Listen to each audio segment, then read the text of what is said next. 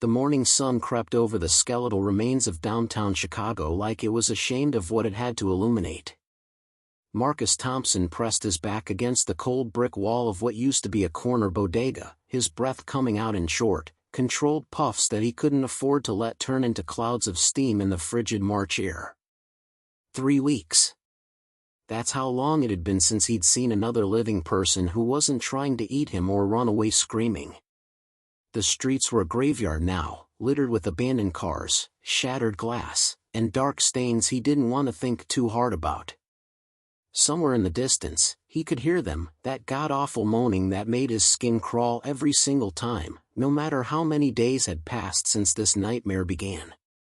Marcus was 32 years old, a former construction worker who'd spent his whole life building things up, only to watch the whole damn world get torn down in less than a month.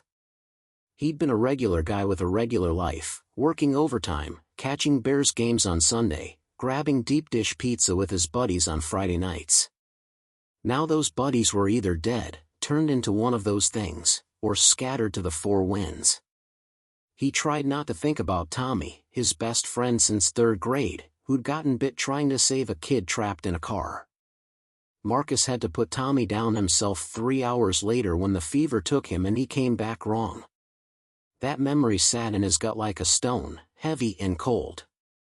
The bodega's windows were long since smashed in, and Marcus could see the picked-over shelves inside. He'd already hit this place twice before, but desperate times called for desperate measures, and his stomach was growling something fierce. He'd finished the last of his protein bars yesterday, and the water situation was getting sketchy. The city's plumbing had given up the ghost about a week ago, and now finding clean water was almost as important as avoiding the dead folks walking around looking for their next meal.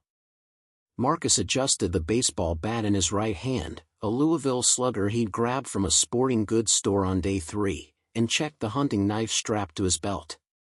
Not much in the way of weaponry, but guns drew too much attention, and ammo didn't grow on trees. He made his move, darting across the street in a low crouch, his boots barely making a sound on the asphalt. The key to survival was staying quiet and staying smart. The zombies, or whatever the hell you wanted to call them, were attracted to noise and movement. They weren't exactly speed demons, most of them shuffled along like they had all the time in the world, which technically they did since they were already dead, but man, when they got going, when something caught their attention, they could move faster than you'd think. And they never, ever got tired. That was the thing that really messed with Marcus's head. He needed sleep, needed food, needed water. They just needed to feed. Inside the bodega, Marcus's eyes adjusted to the dim light filtering through the broken windows. The smell hit him hard, a combination of rotting produce, stale air, and something worse underneath it all.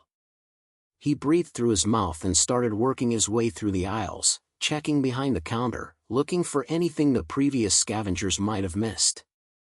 His hands moved efficiently, checking boxes, feeling behind shelves. Most people went for the obvious stuff, canned goods, water bottles, chips. Marcus had learned to think different.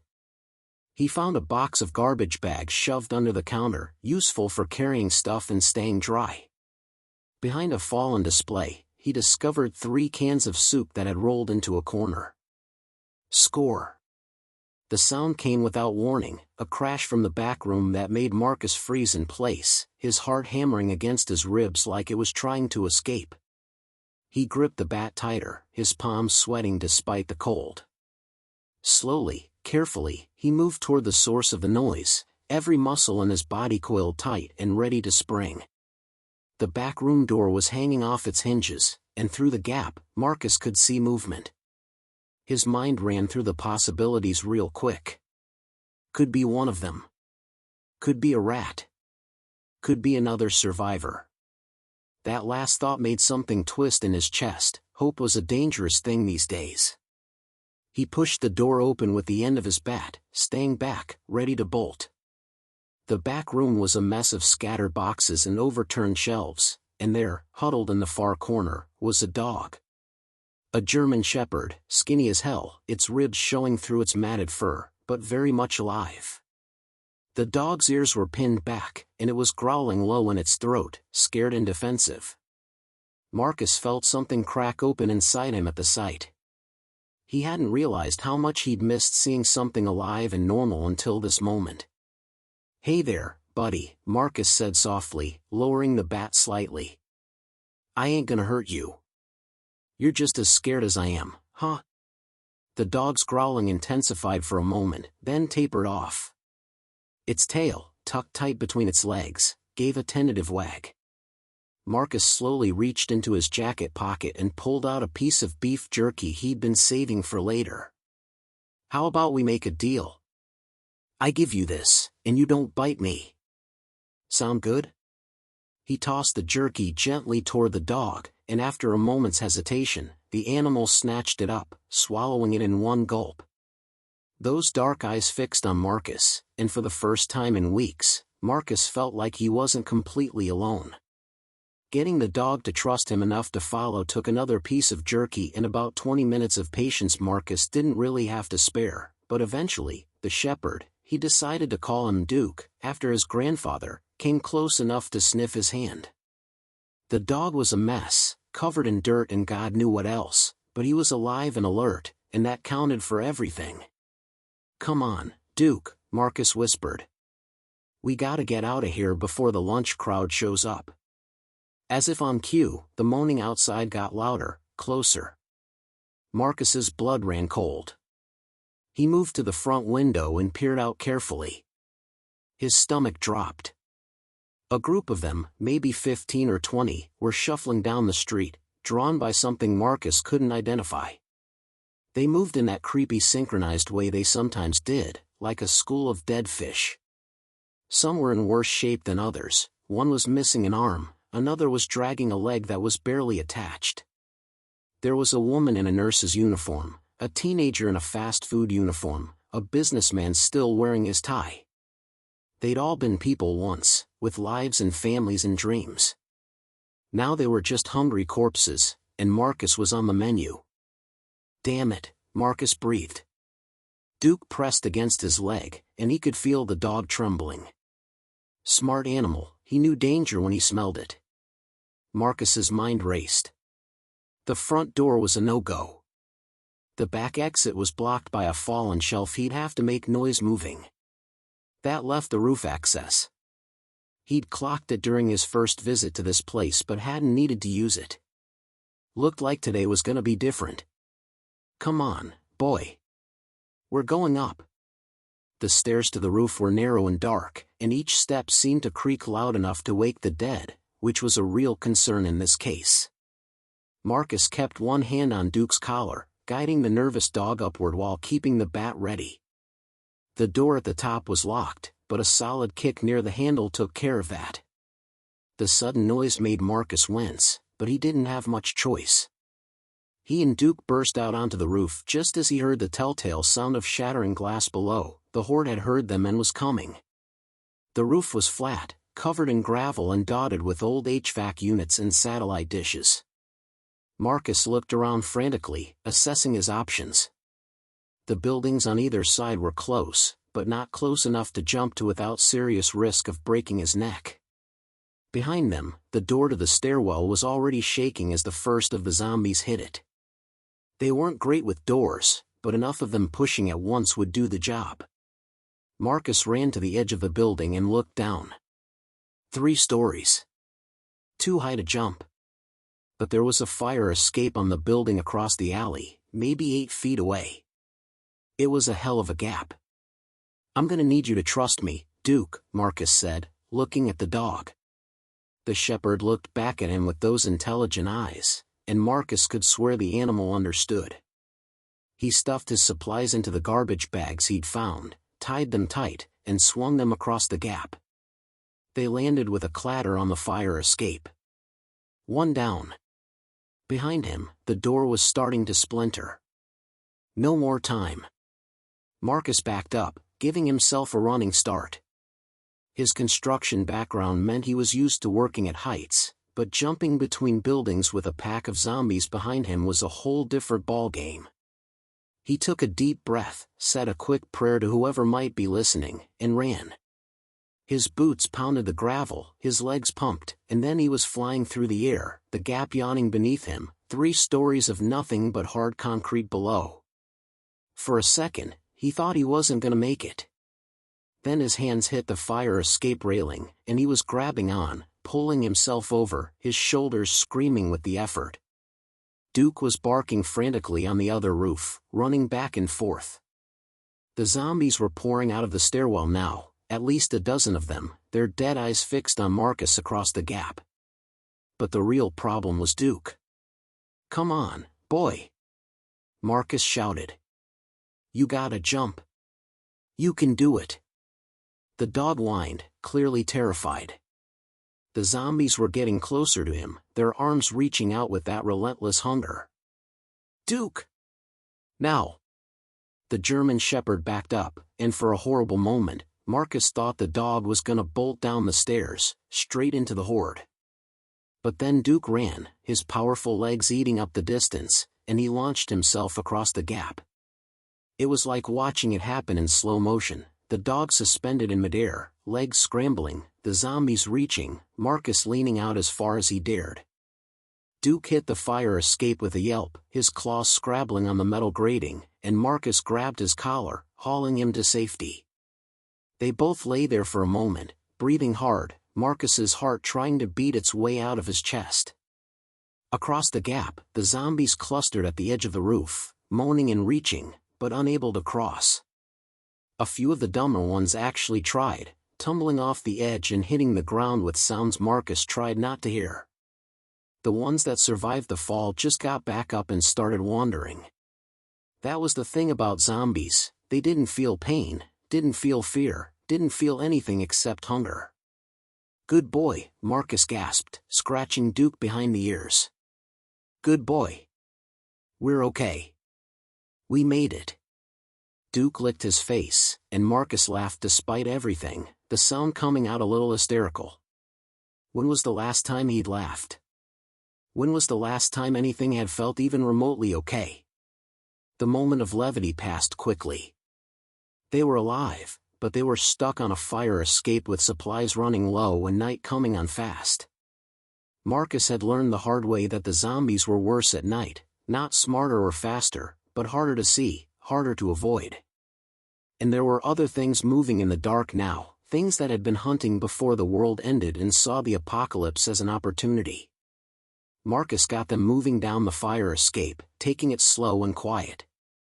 The alley below was empty for now, but that could change in a heartbeat. He'd been holed up in a high-rise about 6 blocks north, a fancy apartment building with good security doors and a working well for water in the basement. Some rich folks had installed it during a prepper phase, and now it was keeping Marcus alive. Getting back there meant crossing some seriously dicey territory, but what choice did he have? They hit the ground running, or at least moving at a quick jog. Duke stuck close to Marcus's side like he'd been doing it his whole life. The streets were a maze of obstacles, abandoned cars, debris, bodies in various states of decay. Marcus tried not to look at them, tried not to wonder who they'd been. A couple of blocks in, they had to backtrack when they spotted a group of zombies clustered around something in the middle of the street. From the sounds, whatever it was still alive, at least for now. Marcus's conscience warred with his survival instinct. Helping meant risk. Risk meant possibly dying. But what was the point of surviving if he lost his humanity in the process? He was still debating when he heard it, a voice, young and terrified, screaming for help. "Please! Somebody help me!" It was a kid. Marcus's decision got made for him in that instant. "Stay close," he told Duke, and moved toward the horde. As he got closer, he could see the situation.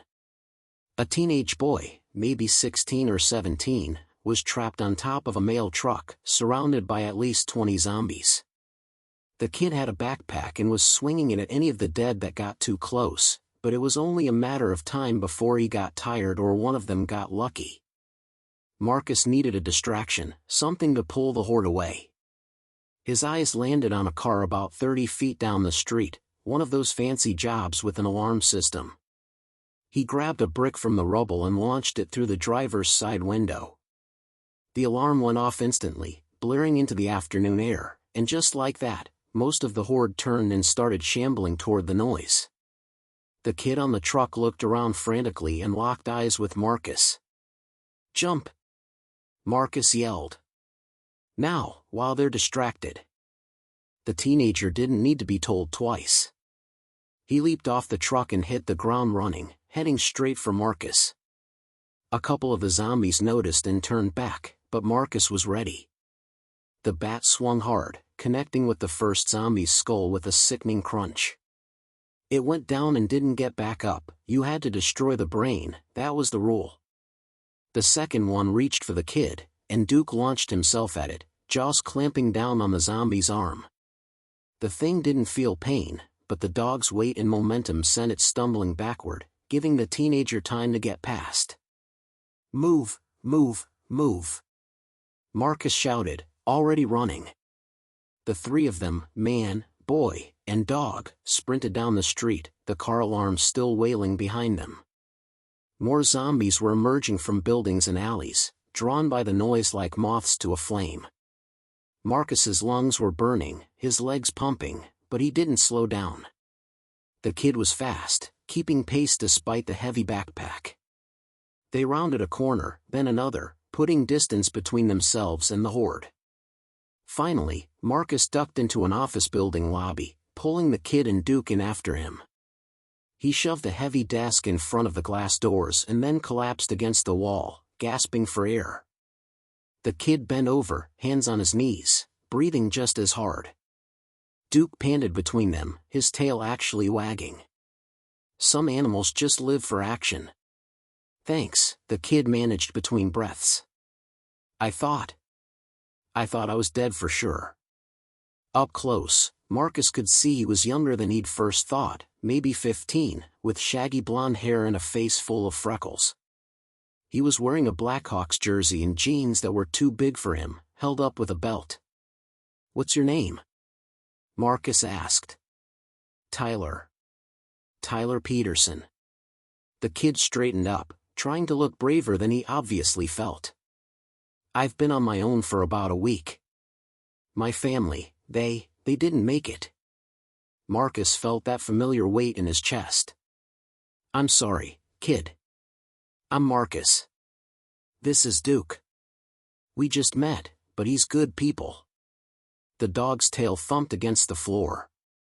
Tyler gave a weak smile that didn't quite reach his eyes. "Where were you headed?" Marcus asked, though he suspected he already knew the answer. "Nowhere, really. Just trying to survive. I heard there might be people gathering at the stadium, but I don't know if that's true or just wishful thinking." Tyler's voice cracked a little on the last words, betraying his age and his fear. Marcus had heard the same rumors. He'd also heard rumors about a military evacuation point, a safe zone in the suburbs, and a cure being developed in some secret lab. He didn't believe any of them. In his experience, the only thing you could count on these days was yourself. But looking at this scared kid, he couldn't just walk away. "I've got a safe place, for now at least. It ain't much, but it's better than being out here. You can stick with us if you want." The relief on Tyler's face was almost painful to see. "Really? You mean it?" When Marcus nodded, the kid looked like he might cry. "Thank you. Thank you so much." The three of them waited in the lobby until Marcus was confident the horde had dispersed, then made their way carefully through the streets as the sun started its descent toward the horizon. The temperature was dropping fast, and Marcus could see his breath now. Winter had been brutal, and spring wasn't shaping up to be much better. They moved from cover to cover, avoiding the main streets, sticking to alleys and side roads. Tyler proved to be surprisingly competent, moving quietly and following Marcus's hand signals without having to be told twice. The kid had learned fast, you either adapted or died in this new world. They were 2 blocks from the high-rise when Duke suddenly stopped, his ears perked up, a low growl rumbling in his chest.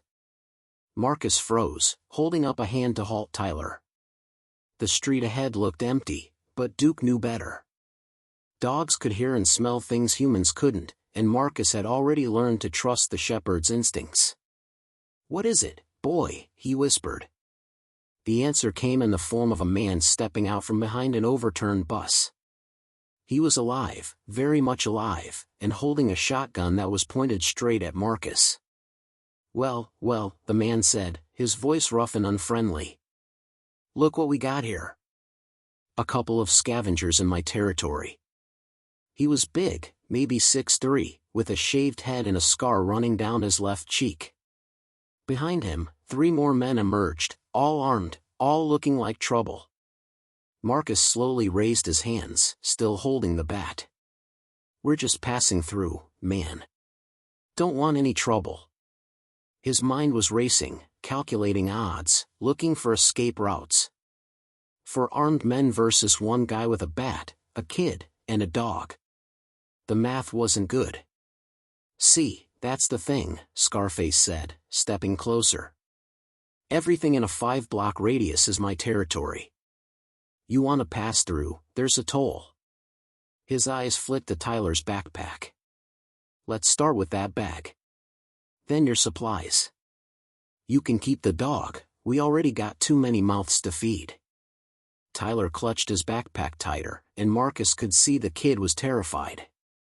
The 4 men spread out slightly, boxing them in. This was bad. Before the apocalypse, Marcus had been in his share of scraps. Construction sites could get rough, and he'd grown up in a neighborhood where you learned to fight or got walked over. But this was different. These guys had guns, and they had the kind of hard look that said they'd already crossed lines that couldn't be uncrossed. "The supplies are all we got," Marcus said, trying to keep his voice calm and reasonable. "We give you everything, we're dead anyway. How about we share? We've got some canned goods, some water. You can have half." It was a long shot, but maybe. "How about we take it all and let you walk away breathing?"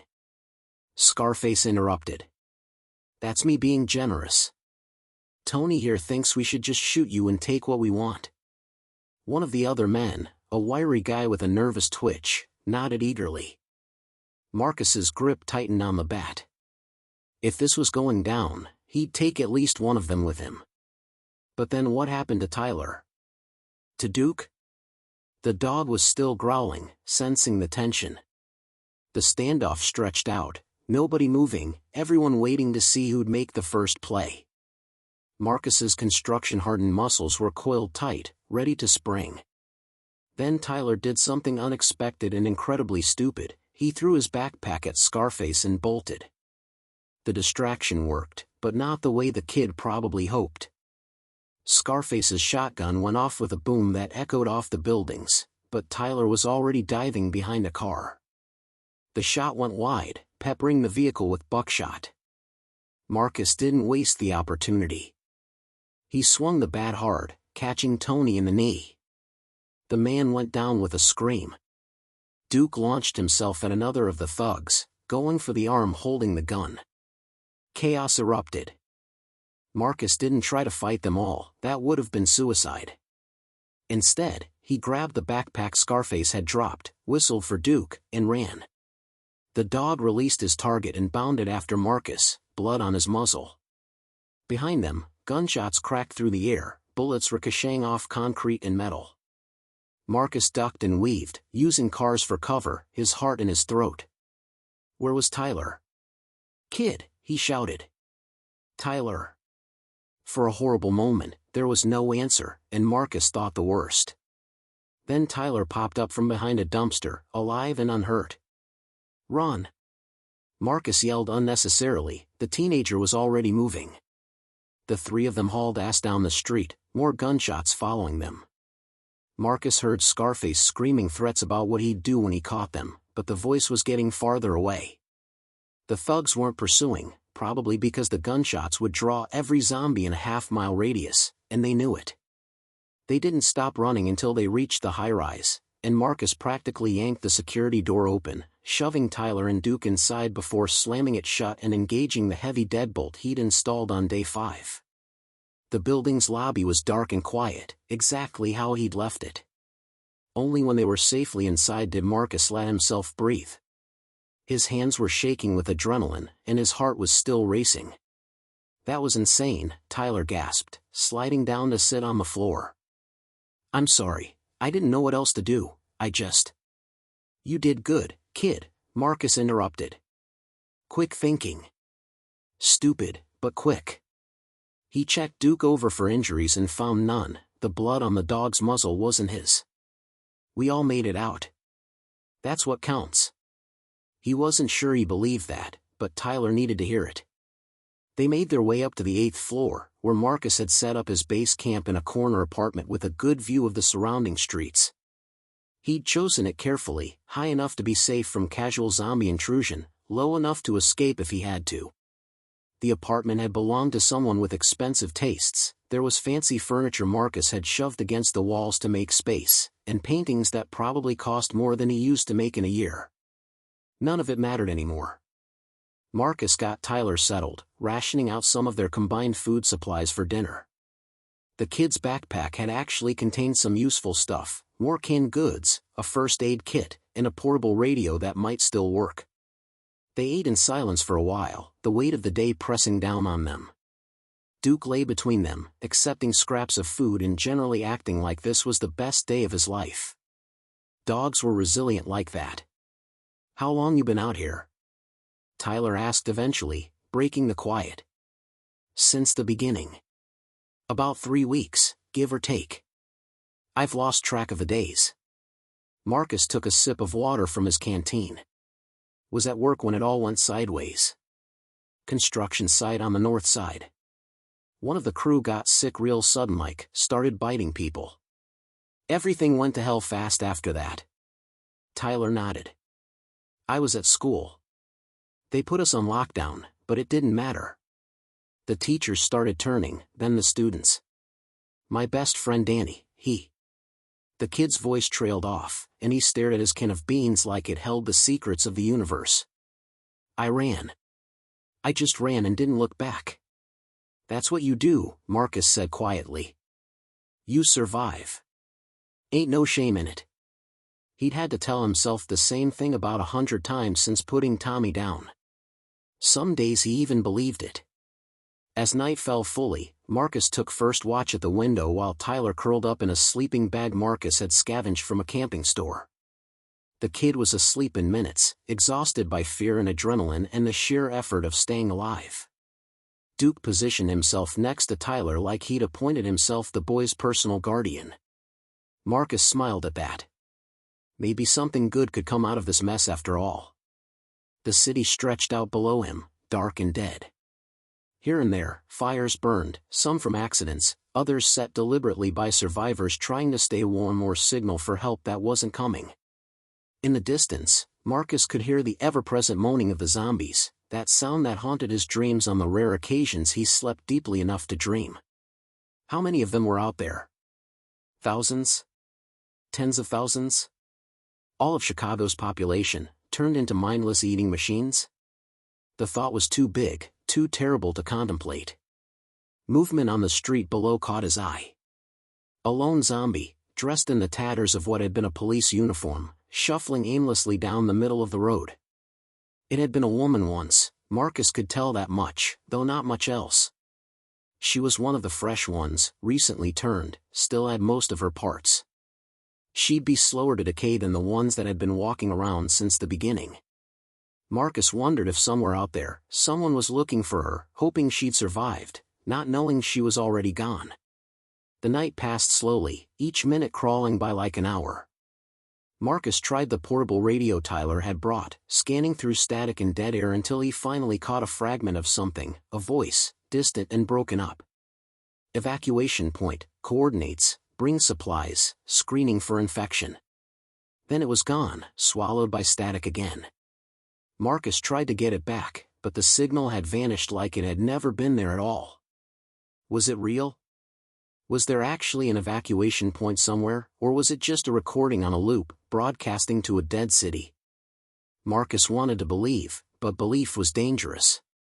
Still, he made note of the frequency. Maybe in the morning, with better conditions, he could pick it up again and get more information. Maybe it was worth checking out.